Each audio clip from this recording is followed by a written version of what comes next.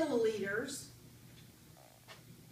and the dilutant factor, this dilution factor, is the factor you diluted it by, but in the positive, because I counted this plate, I diluted it down to 10 to the negative 8th.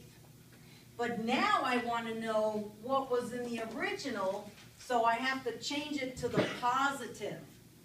So my dilution factor is 10 to the positive 8.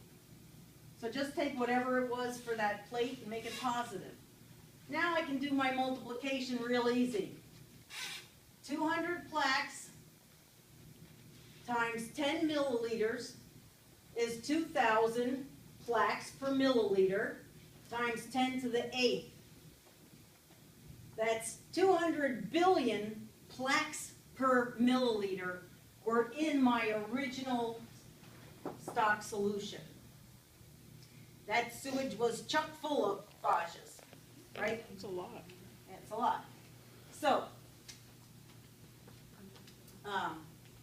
next step, you got to express it in scientific notation.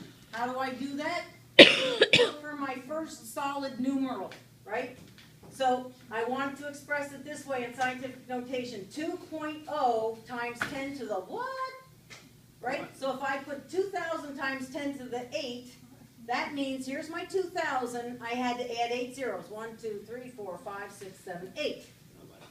That's 200 billion. But if I want to express in scientific notation, I have to go back to here with my decimal, and there's 11 zeros after the decimal. Easier way to do that. 2,000 times 10 to the 8th, 9th, 10th, 11th. So it's 2,000 times 10 to the 11th, okay? Plaques, or PFUs, per milliliter in my original stock solution. Okay? That wasn't bad. What's a phage? Virus that infects bacteria. It's a bacteriophage. What's the T4 colophage? It's in your PowerPoints for the lab materials, also in Chapter 10 in your book.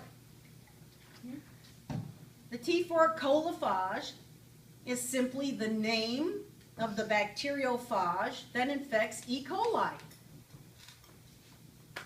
And there are different strains of a similar virus that infects E. coli, and we name the strains with numbers. This one happens to be the T4 colophage. They also have other T-even colophages. They use even numbers to label them. What's the difference between pour plates and spread plates? Spread plate, put my bacteria, maybe even my viruses, on the surface of the agar and spread them around. Pour plate, put the bacteria, maybe even viruses, in the agar, mix it, pour it onto my plate.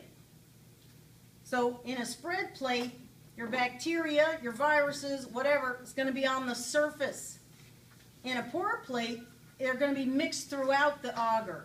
Some will be on the surface, some will be in the middle, some will be down on the bottom. If you have a facultative anaerobe, such as E. coli, this was actually on a previous quiz question, remember?